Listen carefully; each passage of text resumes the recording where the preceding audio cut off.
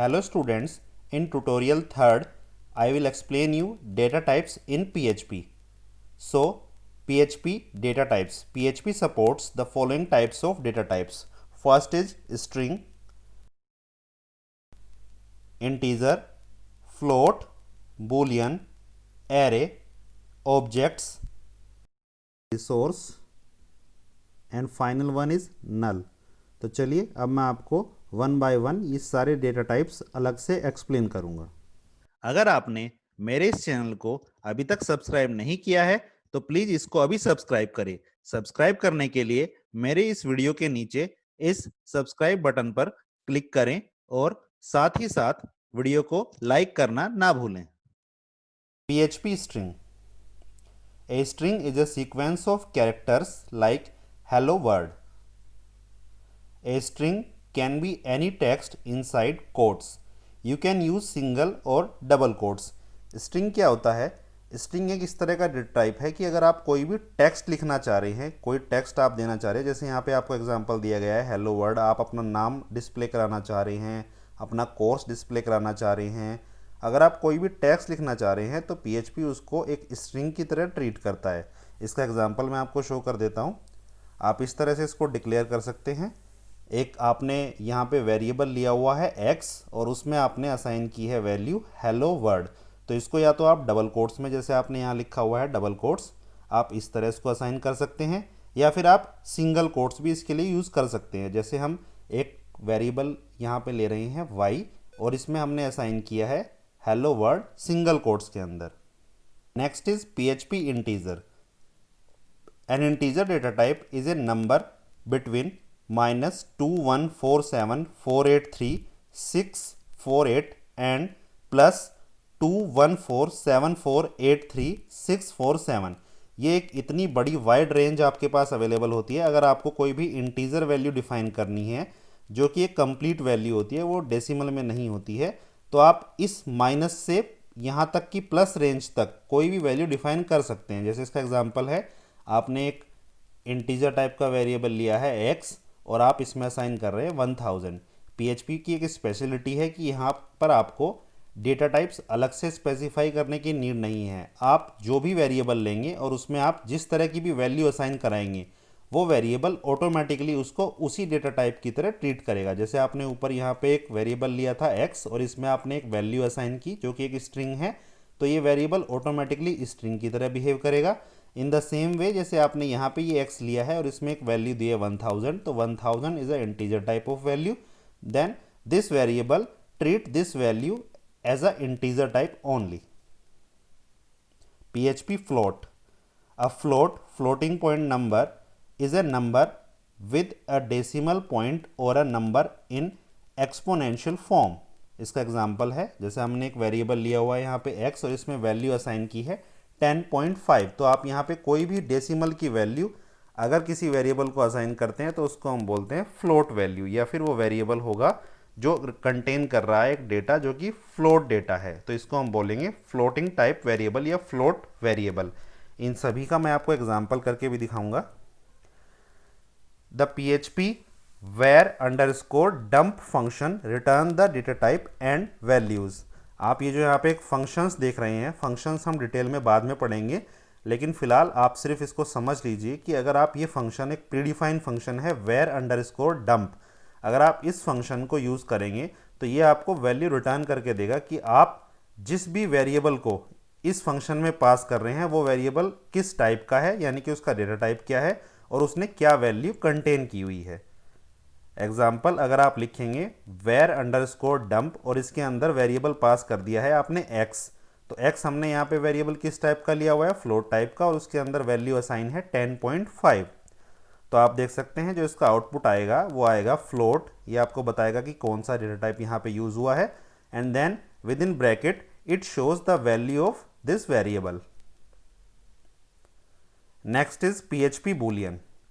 A boolean represents two possible state, that is true और false. boolean में हमारे पास सिर्फ दो वैल्यू होती हैं, या तो हम boolean को true बता सकते हैं या फिर false बता सकते हैं। तो मैंने आपको यहाँ पे ये दोनों शो किए हैं एग्जाम्पल के थ्रू। एक हमने x वेरिएबल लिया है boolean टाइप का जिसमें हमने true पास किया है, और एक दूसरा बूलियन टाइप का वेरिएबल ले लिया है y, जिसमें हमने फॉल्स पास किया है। तो आप यहाँ पे बूलियन टाइप की सिर्फ दो ही वैल्यू स्पेसिफाई कर सकते हैं, ट्रू वैल्यू या फॉल्स वैल्यू। तो चलिए अब तक हमने जो भी ये 4 टाइप के डेटा टाइप स्टडी किए हैं, इनका पहले हम एक प्रैक्टिकल कर लेते हैं। प्रैक्टिकल के लिए मैंने आपको बताया हुआ है, सबसे पहले हम सी ड्राइव ओपन करेंगे। इसके अंदर हमारा जैम्प नाम का ये फोल्डर है, इसको हम ओपन करेंगे। देन htdocs को हम ओपन करेंगे और इनसाइड दिस फोल्डर हम जो भी प्रोजेक्ट क्रिएट करना चाह रहे हैं हम वो यहाँ पे टाइप कर देंगे। लेट से हम इसका नाम रख देते हैं डेटा टाइप, और इस फोल्डर के अंदर हम अपनी फाइल क्रिएट करेंगे PHP की। डेटा हमने इसको नाम दे दिया है और इसका एक्सटेंशन हम रखेंगे PHP। इसको सेव कर देते हैं। Then open this file in edit with notepad plus plus. तो जैसा कि आपको पता ही है, हम यहाँ पे HTML का कोड सबसे पहले स्टार्ट करते हैं। ओपन टैग के साथ साथ हम क्लोज टैग भी लेते हैं, और यहाँ पे इस बार हम डायरेक्ट इसकी बॉडी स्पेसिफाई करते हैं। बॉडी को हम यहाँ क्लोज भी कर देते हैं। अब inside this HTML code we can write our PHP code. तो हम यहाँ पे PHP स्टार्ट करते हैं, less than arrow question mark PHP, और हम लास्ट में इसको क्लोज भी कर देते हैं, question mark greater than arrow.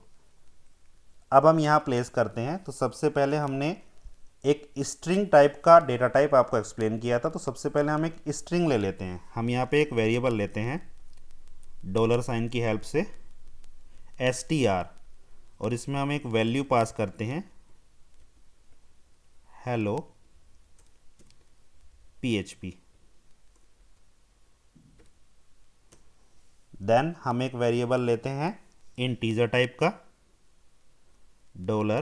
$x, और इसमें एक वैल्यू पास करते हैं 1000।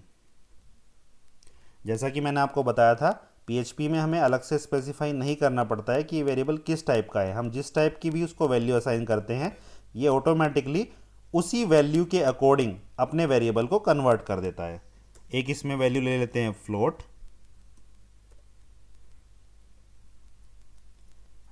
500.10। तो चलिए अब वन बाय वन हम इन वैल्यू को प्रिंट कर देते हैं। इसके लिए हमारे पास प्रिंट स्टेटमेंट अवेलेबल है। प्रिंट, सबसे पहले हम एक स्ट्रिंग प्रिंट करते हैं str।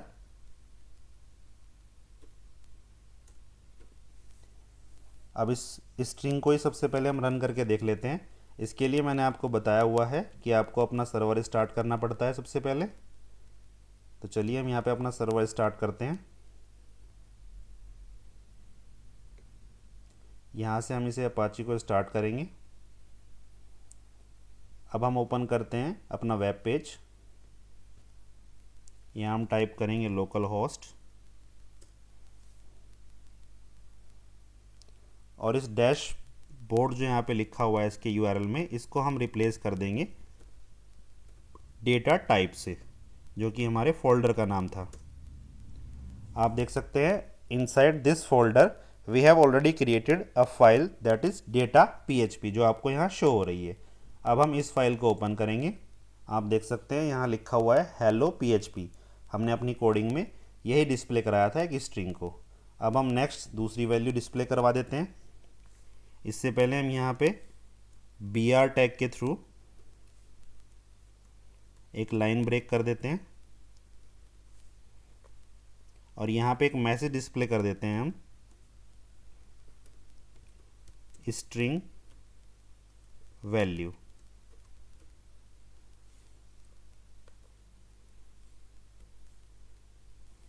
इसको सेव किया, पेज को रिफ्रेश करते हैं। String value is equal to hello PHP। अब कोड को अपने दोबारा से चेंज एडिट कर देते हैं कुछ। अब हम यहाँ पे प्रिंट कराते हैं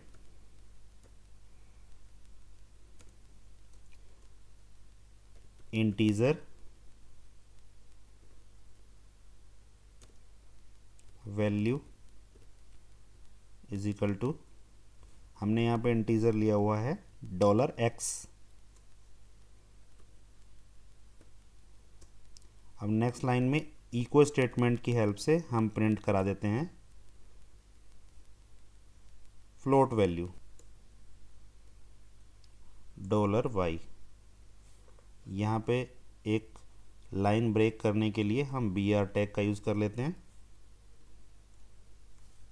इसको हमने Ctrl+S से सेव किया तो आप देख सकते हैं यहाँ पे integer value 1000 and float value is 500.1 आपको शो हो रही है। तो चलिए हम नेक्स्ट डेटा टाइप स्टार्ट करते हैं। PHP array.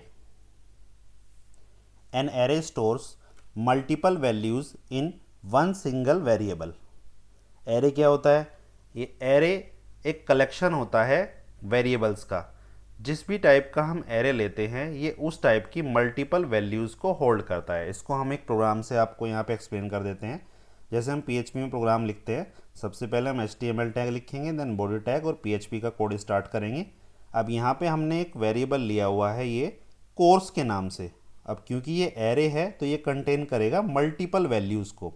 यहाँ पे हम स्पेसिफाई करते हैं सबसे पहले एरे, और ब्रैकेट में हम इसके अंदर कितनी भी वैल्यू पास कर सकते हैं। जैसे आप देख सकते हैं हमने यहाँ पे 3 वैल्यू पास की है with the help of commas.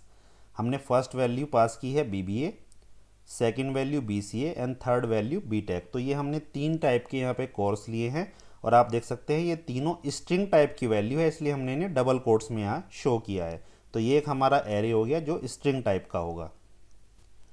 अब आप देख सकते हैं मैंने अभी आपको बताया था वेर अंडरस्कोर डंप एक वेरिएबल होता है जो हमें रिटर्न करके देता है इसके अंदर हमने जो भी वेरिएबल पास किया है वो किस टाइप का है और वो क्या वैल्यू कंटेन किए हुए है। तो हम इसको यहाँ पे यूज़ कर सकते हैं। और देन हमने PHP के क्लोजिंग टैग को यूज़ किया, बॉडी क्लोज कर दी और HTML टैग क्लोज किया। तो चलिए मैं इसको भी आपको एक्सप्लेन करता हूँ। तो हम सबसे पहले यहाँ वेर अंडरस्कोर डंप को यूज़ करके दिखाएंगे। वेर अंडरस्कोर डंप, ये हमारा एक फंक्शन है और इसके अंदर हम वैल्यू पास करते हैं। यहाँ पे आप देख भी सकते हैं मिक्स्ड एक्सप्रेशन, यानी कि हम इसके अंदर किसी भी वेरिएबल को पास कर सकते हैं। हम यहाँ पे सबसे पहले पास करते हैं $x। तो इसको हमने सेव कर दिया। अब अपने पेज को हम रिफ्रेश करते हैं तो आप देख सकते हैं यहाँ पे आपको लिखा हुआ आ रहा है int 1000। मैं यहाँ पे br का यूज़ कर लेता हूँ लाइन ब्रेक करने के लिए, जिससे आपको ये क्लियरली शो हो जाएगा। इसको हमने सेव किया, पेज को रिफ्रेश करते हैं दोबारा से तो आप देख सकते हैं हमने यहाँ पे जो भी वैल्यू ली हुई थी इंटीजर टाइप की वैल्यू थी तो यहाँ पे इंटीजर शो हो गया और जो वो वैल्यू थी वो ब्रैकेट में शो कर देता है। तो इस वेरिएबल की हेल्प से हम ये आइडेंटिफाई कर सकते हैं कि जो वेरिएबल हम यूज़ कर रहे हैं वो उसका डेटा टाइप क्या है और उसने क्या वैल्यू कंटेन की हुई है। तो चलिए नेक्स्ट हम देखते हैं एरे। एरे के लिए हम यहाँ पे एक वेरिएबल ले रहे हैं $z नाम से, या फिर चलिए कोर्स नाम से ही ले लेते हैं। Course is equal to array और ब्रैकेट में इसके अंदर हम वैल्यू पास करेंगे अपनी, वही सेम वैल्यू ले लेते हैं BBA, BCA,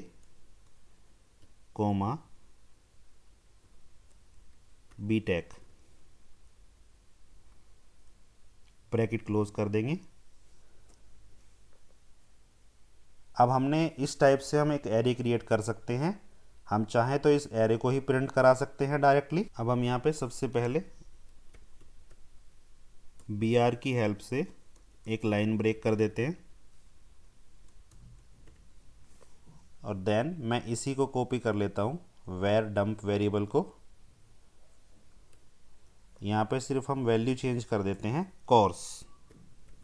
फाइल दोबारा से ओपन कर लेते हैं और आप देख सकते हैं ये आपको वैल्यू शो कर रहा है कि हमने एक एरे लिया हुआ था जिसके अंदर 3 वैल्यूज़ हैं। ये इंडेक्स वैल्यू शो करता है। आप देख सकते हैं एरे 0 इंडेक्स वैल्यू से स्टार्ट होता है।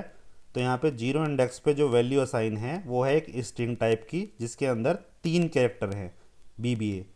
देन इंडेक्स 1 पे एक स्ट्रिंग हमने ली हुई है जिसके अंदर भी 3 कैरेक्टर हैं BCA। देन इंडेक्स नंबर 2 पे हमने एक स्ट्रिंग ली हुई है जिसके अंदर 6 कैरेक्टर्स हैं BTech। ये डॉट को भी एक सिंगल कैरेक्टर काउंट करता है तो इसलिए इसने यहाँ पे एक वैल्यू असाइन किया है आपको 6। तो आप देख सकते हैं इस तरह से हम वेयर अंडरस्कोर डंप जो हमारा एक फंक्शन होता है उसकी हेल्प से बहुत सारी चीज़ें डिस्प्ले करवा सकते हैं।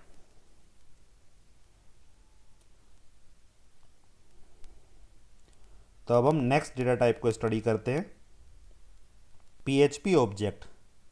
इन PHP an object must be explicitly declared. First, we must declare a class of object. For this, we use the class keyword. A class is a structure that can contain properties and method.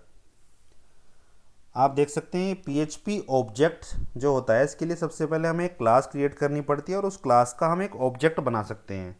अभी फ़िलहाल के लिए हम इस topic को और इससे next जो हमारा टॉपिक है रेफरेंस, उसका आपको प्रैक्टिकल करके नहीं दिखाएंगे क्योंकि इसको हमें डिटेल में डिस्कस करना पड़ेगा विद अदर टॉपिक्स। तो इसको हम अभी के लिए लीव कर देते हैं और इसको हम बाद में स्टडी करेंगे। नेक्स्ट है हमारा PHP resource. Special resource type is not an actual data type, it is the storing of a reference to functions and resources external to PHP. A common example of using the resource data type is a database call. तो इस resource type के data type को भी, जो actual में एक data type होता भी नहीं है और स्टोर्स करता है रेफरेंस को ओनली, तो इसको भी हम बाद में डिटेल में डिस्कस करेंगे।